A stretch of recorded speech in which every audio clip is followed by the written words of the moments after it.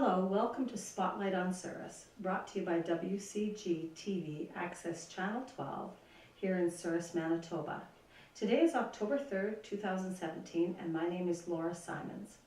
Today we have with us a very special guest, one of the 30 recipients of a volunteer award, a service medallion award that was given out by Larry McGuire and his team recently, Ferg Devins. Welcome, Ferg. Thank you. Thank you for joining us. Thanks. And congratulations on winning the award. Thanks. One of 30. My understanding is it was a federal celebration initially, and when the government took that off the books, Larry decided to pick up the slack. Right. So when did you first hear about the volunteer award? Well, somebody phoned me and asked me for some information that they were going to nominate me for the volunteer award. Oh, okay. And apparently there were two different groups.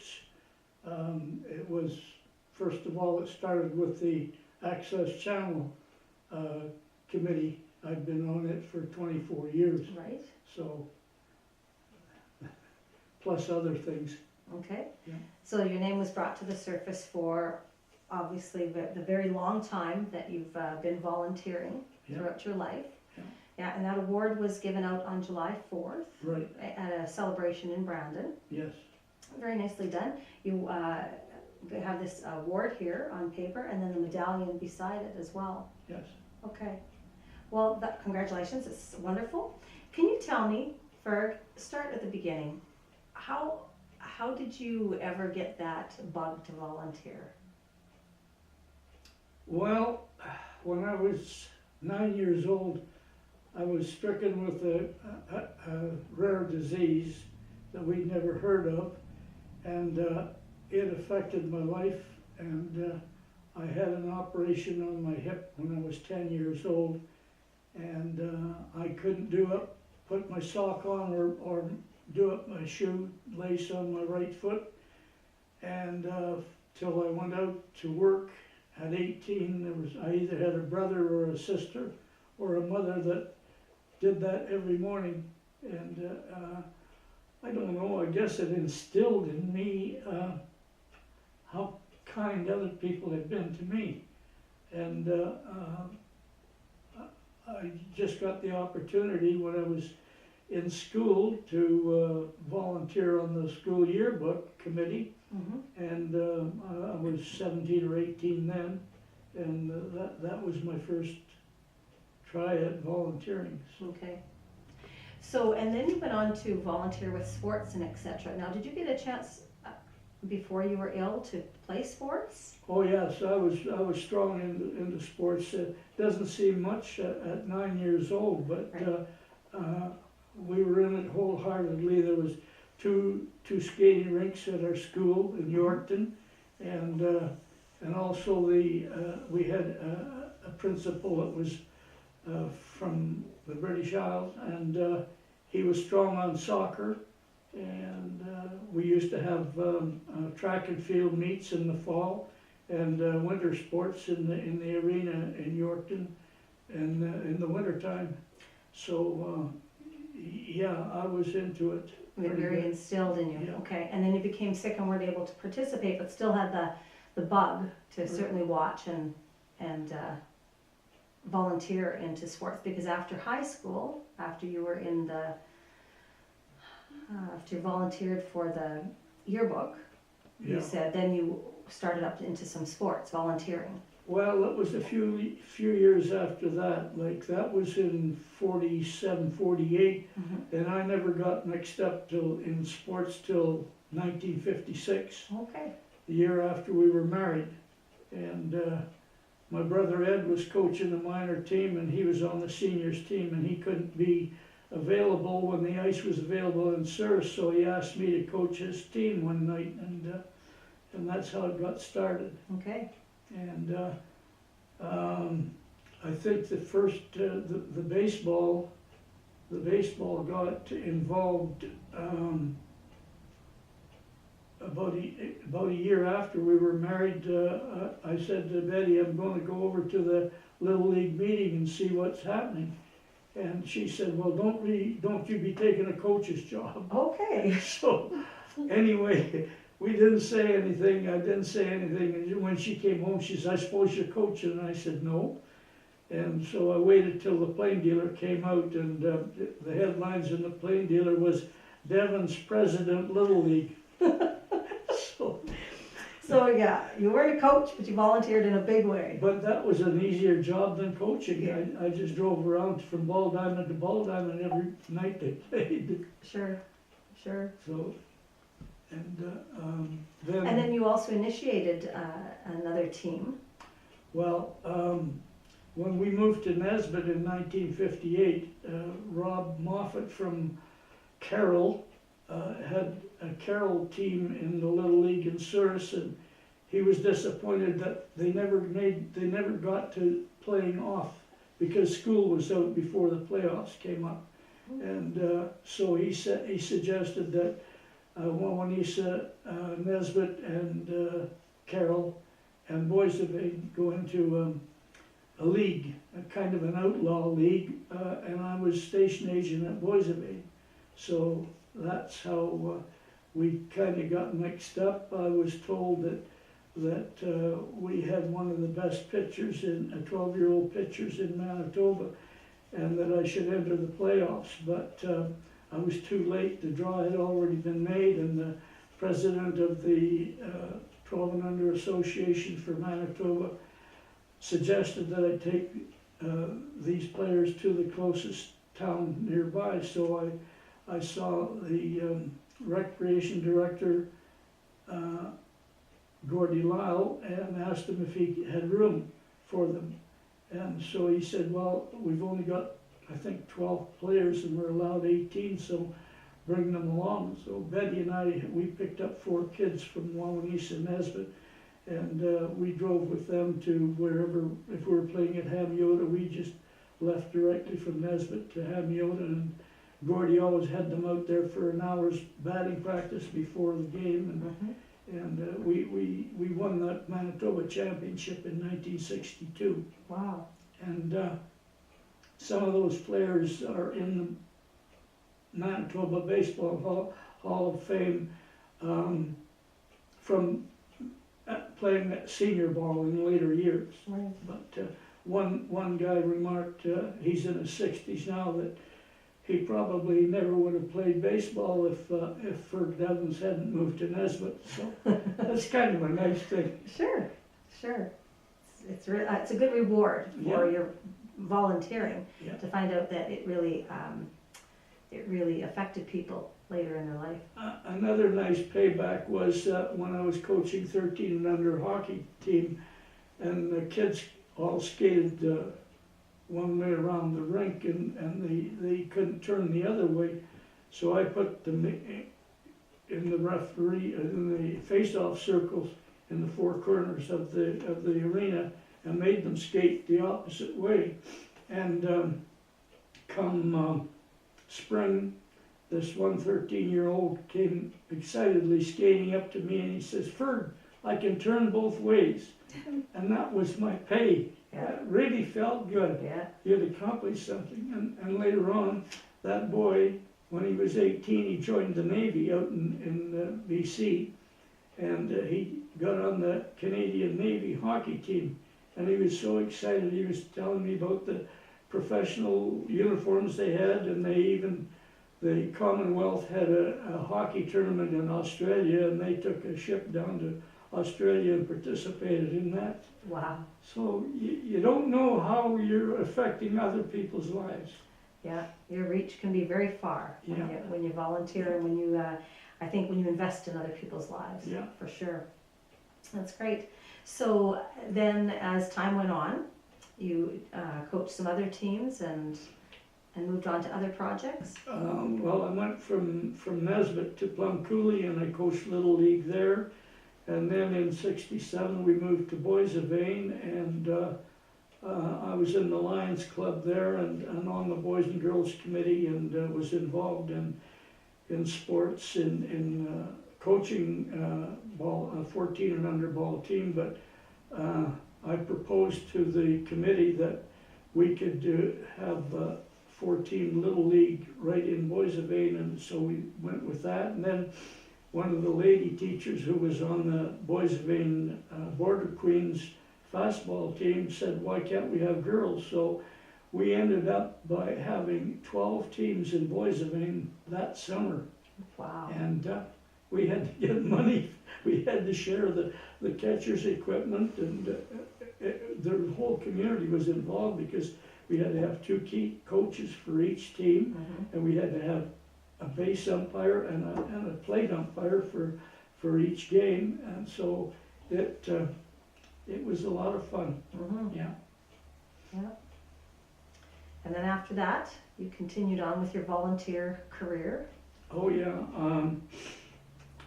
At Boissevain, I suggested that we put on an all-star bonspiel, and we got 30 top-notch rinks from Manitoba and North Dakota, and we made a real classic out of that. 2 rinks from Boissevain and 30 rinks from outside, and it went over real well. I chaired that for 3 years before they closed all the stations down, and I ended up back in Souris. And then that's how the Bonnie Lassie became fruition, because party asked me if we could do another bonspiel like Boissevain's in Souris, and I suggested that we try a ladies instead of a men's, and we wanted 32 ladies rinks, but we settled for 16, and that's what they used for a playoff. So we had 8 city rinks and 8 rural rinks, and it was invitational, and it ran for 18 years, and it was a big do with the dance and the whole weekend. Even had sponsors for them, or hostesses, and yeah, it was. My wife, she embarrassed me because her rink won the first Bonnie Lassie. But and then that experience of the Bonnie Lassie bonspiel, that was started in 1973, and from it created 1975 and 1976, Souris had provincial champions in Souris for the Manitoba champions, and they went to first in 75. They went to Moncton, and in 76 they played in Winnipeg. So, and there was like the sponsor McDonald's Tobacco. The president told them in Moncton, you're not all going to win this, but there's 100,000 other rinks in Canada that wish they were here. Yeah. So, yeah, it was kind of interesting. Yeah, I'll say. So as time went on? Oh, then we put on a golf tournament in Souris, which is back in the 80s. I guess it's been going for over 30 years now. And that was an invitational also, and I was involved with it for 18 or 19 years, I can't remember, but that was a lot of fun and made a lot of friends. Yeah. And then of course I was in the Elks from 1957, and we started Saturday night bingos, and then we changed halls, and then we had Tuesday night still Saturday night bingos, and then we lost our hall, and we got went to Access 12, and we got TV bingos, and we ran from the start to the finish close to almost 50 years of bingos in Souris. Wow. For the Elks Lodge. And then that's how I got mixed up with the Access 12. Was Arnold Nadiowski was the Access 12 rep, and he came down and put us on the air every night or every week, Mhm. and we talked Arnold into joining the Elks, and he talked three of us into joining the Elks. So it was certainly a win-win meeting. Yeah. Yeah, good. And so you were with WCG TV Access until what? Started in 1993 and finished in Just 2017. recently, yes. Yeah. 93. Yeah. Okay, that's a long time. And then of course you retired with us, but you still have another baby under your belt that you're looking after. You're volunteering and looking after the museum. Yes, the Railway Museum. Well, that I had a bunch of mementos that I brought from Boissevain, and a young fella, he was younger than me, was roaming around looking for memorabilia to give to the Minnedosa Railway Museum, and I gave him a bunch. Anyway, he was not really accepted too well in Minnedosa, and they were stalled in their project, and he couldn't wait that long. He was, let's get going. So he found this old piece of junk, an old gang car in Neepawa, and the story behind it was that it had been used as a payroll car when the railroads were building west. And the payroll car, I'd quit the CPR after 29 years. I'd never heard of a payroll car, but what they commandeered an old boarding car, a gang car, and made it into a payroll car, and that payroll car was inhabited by the paymaster, his clerk, and the guard, and they lived in that car 24 hours a day. They ate, slept, and worked there. Because there was no banks, the towns weren't even created when the railroad was building west. Oh, okay. And they were probably hiring and firing guys every day, so they had to be paid Sure. in cash and coin. Sure. So it was his own financial institution on wheels. Yeah, Yeah. Okay. yeah. So, but it wasn't on wheels when we found it. No. And we couldn't find a place to put it, and we almost donated it to the Heritage Village at Minnedosa, and then Neepawa wanted it also, but before that came about, one of the town council offered us where it's situated today. That's still part of Victoria Park, right below the plum and the statue. And yeah, it's been a lot of work, but it's been, volunteering is fun. You're creating something, and when you're creating something, you're having fun and you're enjoying yourself. Oh, we have our problems and we have our decisions to make and so forth, but then we were pretty lucky. Sometimes I think some railroaders made it up to heaven and they're sitting there helping us out. But anyway, Tim Yonts called us one day. He was an instructor on the simulator in Calgary for the CPR. And he said the CPR don't want to lease it any longer. They don't own it.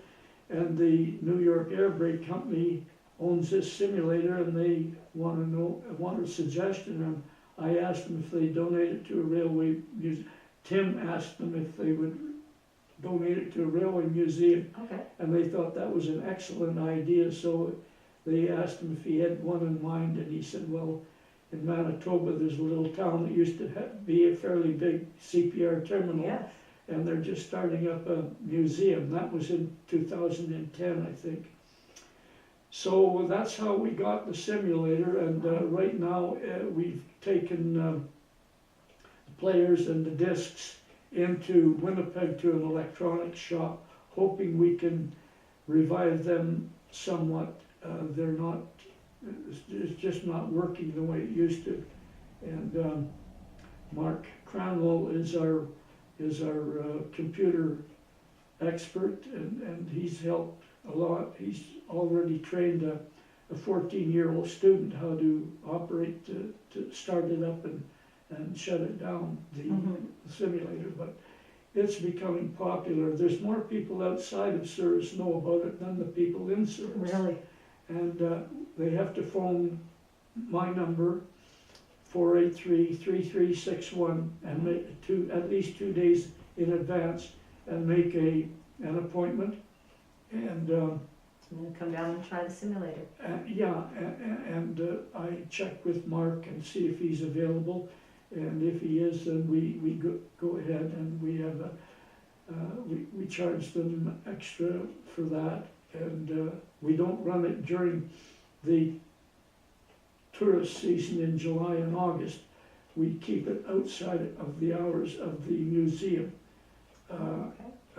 because the two of them don't work together. People have an appointment, and other people in the museum walk in, and so it's just easier to do it that way. Yeah. But we are offering the simulator for bookings and appointments all year round, health and weather permitting. Sure. But Sure. yeah, we're still got lots of stuff on our wish list.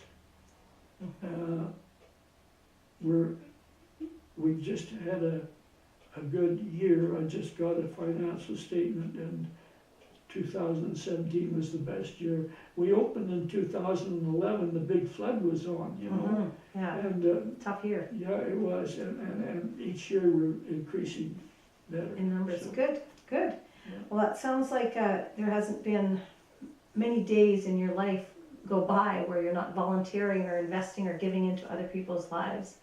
At least, maybe not always physically, but certainly mentally. You sound like you've been in the planning process for many, many years. Yeah, and we have a lot of volunteers, descendants of railroaders, or people that are just interested in it, friends. And I can't name them all because I'll miss somebody, but there's quite a few of them that are hosts and hostesses during tourist season, and it's just wonderful, all the work that they're doing, and we've still got more plans forthcoming. So you could still use some volunteers, obviously more volunteers Yeah. down at the Railway Museum, and you're a very good example to the people in our community. If they are thinking of volunteering, they should find their area, their niche, and maybe even an area that is in need, but they're not even so sure that they want to volunteer there yet. Once they get in there and once they realize the benefits of volunteering, they may find their niche once they get there. I teach children, grade 4 or 5s, come on school tours, and we show them the telegraph. And that was the first form of communication before the telephones were invented. They can't believe it. And I have the one fellow that discovered this museum, this car. He's incapacitated now. He can't volunteer anymore. But he was a telegrapher. And I've got one other that came every Saturday from Verdun, drove over here 45 miles every Saturday to be on hand, and he attended all the school tours.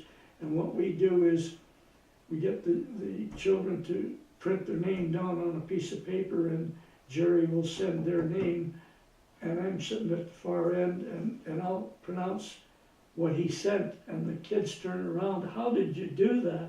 It's just like knowing another language, but like we're down to Jerry and I right now, but when I explain it to the kids, I tell them that it took 3 years before we could copy fast. Right.